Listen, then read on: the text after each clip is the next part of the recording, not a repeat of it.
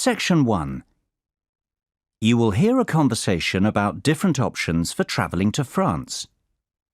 First, you have some time to look at questions 1 to 5. Pause the recording for 30 seconds. You will see that there is an example that has been done for you. On this occasion only, the conversation relating to this will be played first. Good morning. Hi, How can I help you? I'm looking for information about travelling to France. I'm studying in Nice next year and need to go there in September. I'm thinking of driving, so I guess it's either through the Channel or by ferry. I think the ferry's a lot slower, isn't it? Indeed it is. It takes around 9 hours from London to Paris, including the overland bits. And usually it's more expensive too, unless you book well ahead of time. Then sometimes the ferry's more affordable. The answer is September, so the time of travel has been filled in for you. Now we shall begin. You should answer the questions as you listen, because you will not hear the recording a second time. Listen carefully and answer questions 1 to 5. Good morning. Hi, How can I help you? I'm looking for information about travelling to France. I'm studying in Nice next year and need to go there in September. I'm thinking of driving, so I guess it's either through the Channel or by ferry. I think the ferry's a lot slower, isn't it? Indeed it is. It takes around 9 hours from London to Paris, including the overland bits. And usually it's more expensive too, unless you book well ahead of time. Then sometimes the ferry's more affordable. How much does it cost? Well, when you take the train and the ferry now, you must buy your tickets separately. Actually, I'd prefer to take the Channel. How much does that cost? That depends on your travel date and availability of tickets, but you can expect to pay about £50 each way for the car, in addition to your passenger fares. It's not cheap. No. Will you be using your car a lot while you're in France? Not really. But I'll have a lot of luggage, so it seems like the easiest way. Besides, I hate flying. Driving is never the easiest way to get from the UK to France, I'm afraid. And of course, your steering wheel will be on the wrong side when you get there. If you're not going to need your car when you arrive, may I suggest leaving it at home and travelling by train? It's much faster, more affordable, and you can take as much luggage as you need. There aren't limits. Oh, I didn't know that about the luggage. That's good. It would certainly be more relaxing, I suppose. OK, tell me about the train. It's definitely the most popular option these days. Eurostar has now captured over 70% of the London to Paris market from the airlines. And maybe this has something to do with the fact that 92.4% of Eurostar trains run on time, against just 65% of flights on the same routes. From central London to central Paris, Eurostar is faster than flying as well. And the Eurostar is what exactly? A train company? Oh, sorry. The Eurostar is the high-speed passenger train that runs from London to Paris via the Channel Tunnel. Eurostar can reach 186 miles per hour, and the journey takes 2 hours 15 minutes. Before you hear the rest of the conversation, you have some time to look at questions 6 to 10. Pause the recording for 30 seconds. Now listen and answer questions 6 to 10. All right, so it's easy to get to Paris, but what about Nice? It's a fair bit farther. Yes, but it couldn't be easier.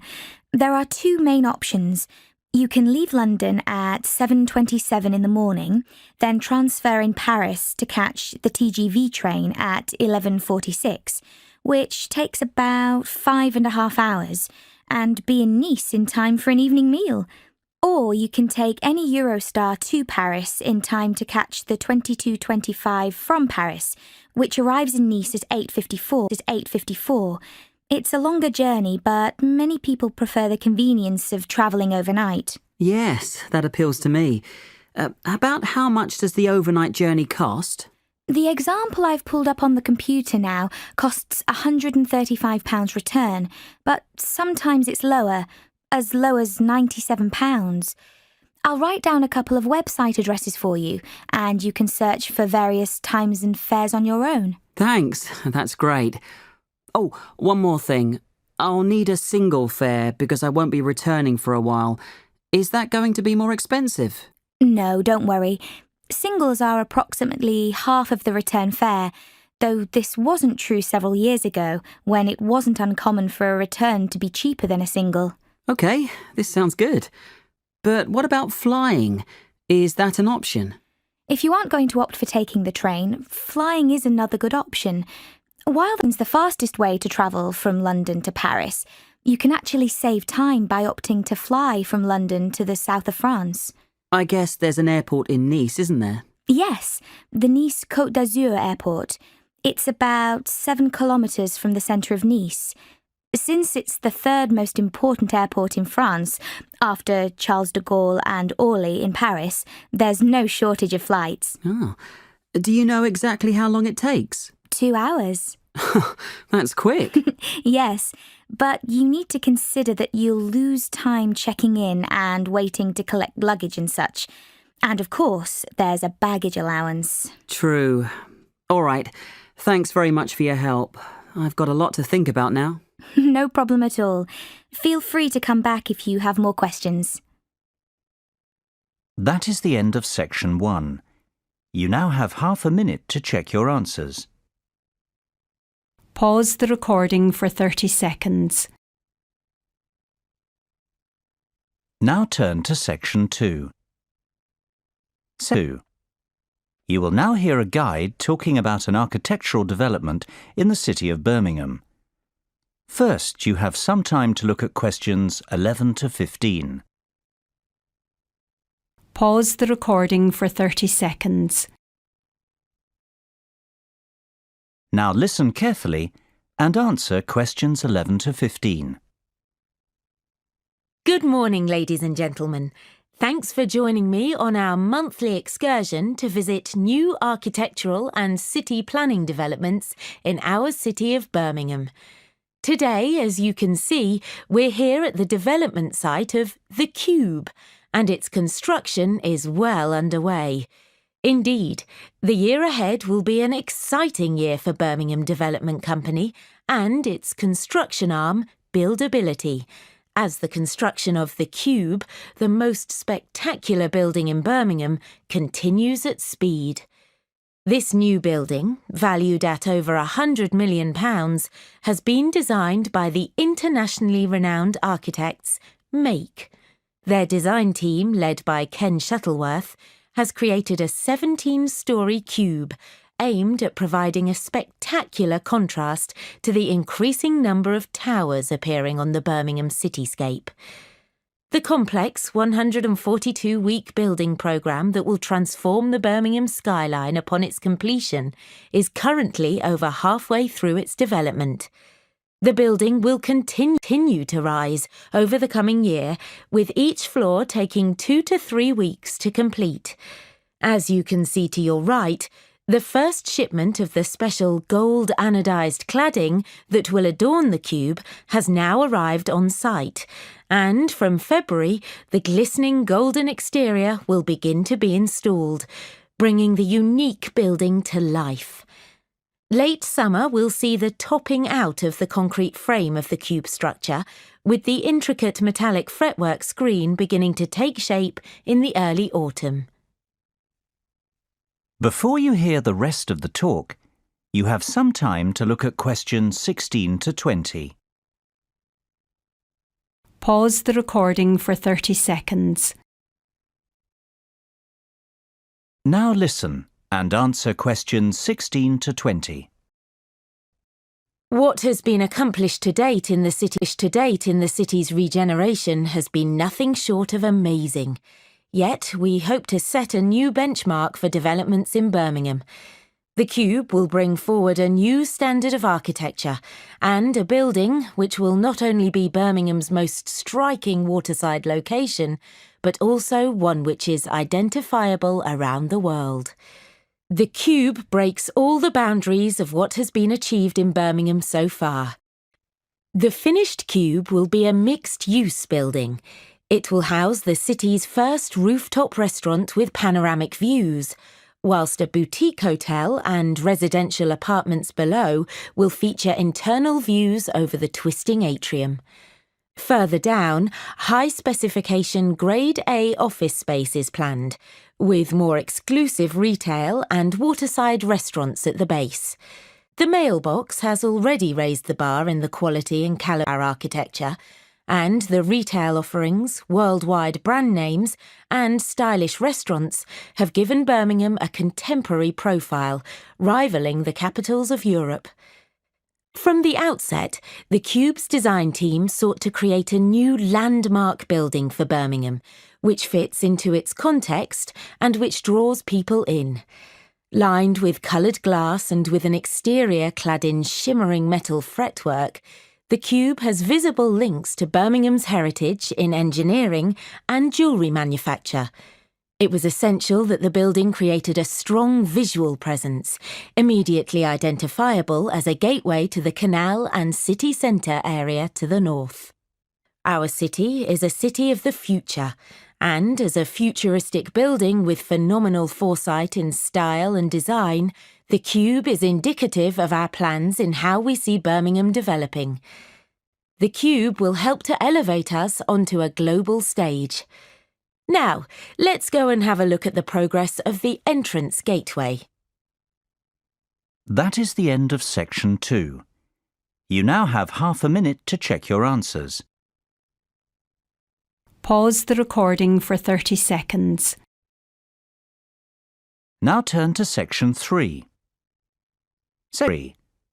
You will hear a conversation between 4 students, Lynn, Thomas, Sophie and David. They are talking about one of their tutors, Marlena. First, you have some time to look at questions 21 to 25. Pause the recording for 30 seconds. Now listen carefully and answer questions 21 to 25. Thomas, let's not go to the lab. Let's just stay here in the student lounge and drink tea and review the chapter. You know we can't do that. We've a responsibility to turn up and make sure our tutor has understood the week's lectures. If we don't go, no one will ever even realise she's got the theories all muddled up. Oh, really? Sophie, it's awful. Marlena just opens her mouth and I'm confused. Really, Marlena's our tutor. Yeah, I gathered that. You lot have got no manners. I was in the middle of saying something. She'll say things that make no sense whatsoever, and I'm thinking I've misunderstood something, and I'm looking around the room and everyone has these looks on their faces of... disbelief and merriment. Maybe you do, Thomas, but we're not all geniuses. Really, I'll be so worried that I've got it all wrong. Then people start asking questions and by, we figure out that she's mixed something up. That's too bad. It's not a good situation at all. But surely you're exaggerating a bit, Lynn. No, it's awful.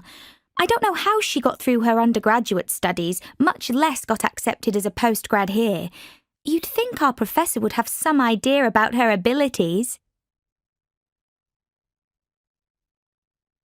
Before you hear the rest of the conversation, you have some time to look at questions 26 to 30. Pause the recording for 30 seconds. Now listen and answer questions 26 to 30. Marlena's an unusual name. Is she English? She's Spanish, David. She's got a really strong accent. Really, that's a lot of the problem, I think. I don't think she's thick. She just doesn't communicate very well.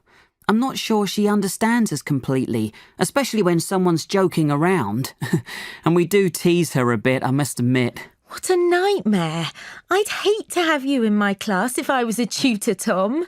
As long as you're clever, Sophie, you'd have nothing to worry about. But you've just said she's not thick. I think I've met her, actually. I think we had a class together maybe last year. She was really shy and quiet, hardly spoke the whole term, but she was always smiley and friendly. She seemed nice, actually, and I think she got one of the highest marks in the class. Maybe you've all picked on her so much that she's so nervous that she can't think clearly. Ever think of that? But we don't need to babysit. We need help. It's a difficult subject. Has anyone ever gone up and asked her for help individually? Yes, actually, I have. I couldn't understand one of the formulas in the first chapter. The theory about why it worked just made no sense to me. So I went and asked her about it, and she cleared it right up. She was very helpful. She's not thick, I already said that. She's just so much fun to torment, right? Yep, that's it. Lynn, if you're having trouble with something, why don't you make an appointment to meet with her individually and see if she can help you that way? Maybe you'd see a different side of her. I reckon she just hates getting up in front of the class, and I can hardly blame her. Yes, I could try that, I suppose. Guys, the tutors aren't old academics who've been teaching for 30 years. They're just like us, 2 years down the road if we're clever enough to continue with our education.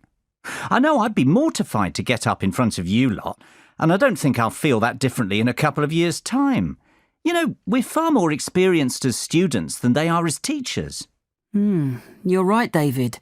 Really, it's more like one of our mates is trying to help us out. But you know, our mates aren't so frightened of us. Yeah, but you aren't so horrible to your mates, are you? That is the end of section 3. You now have half a minute to check your answers. Pause the recording for 30 seconds. Now turn to section 4. You will hear a lecture on the illness tuberculosis. First, you have some time to look at questions 31 to 40. Pause the recording for 1 minute. Now listen carefully and answer questions 31 to 40. Hello there. Can I have your attention, please? We've got a lot to cover today and we need to get started. If you recall, last week we discussed the AIDS epidemic and its effect on healthcare systems in the countries with the highest incidence. Well, today I'm going to speak about another significant disease that is rather closely associated with the AIDS epidemic: tuberculosis. In the UK, active tuberculosis, otherwise known as TB, was common in the 19th century, the old consumption of romance.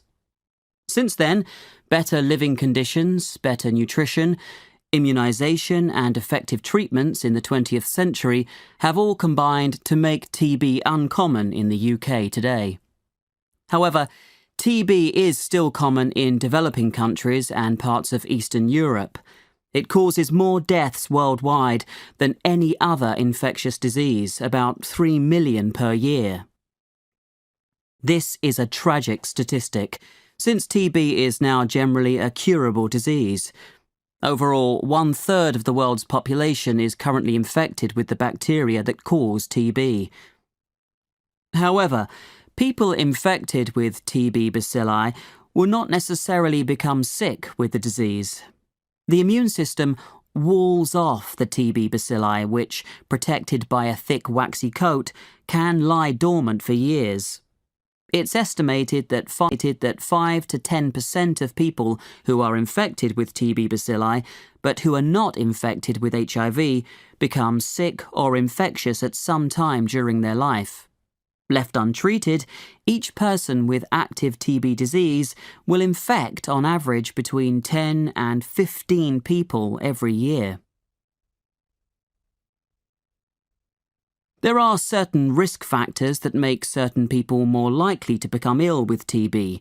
When people's immune systems are weakened, their chances of becoming sick are greater. For example, due to HIV infection, immune-suppressing treatment, or alcohol or drug addiction.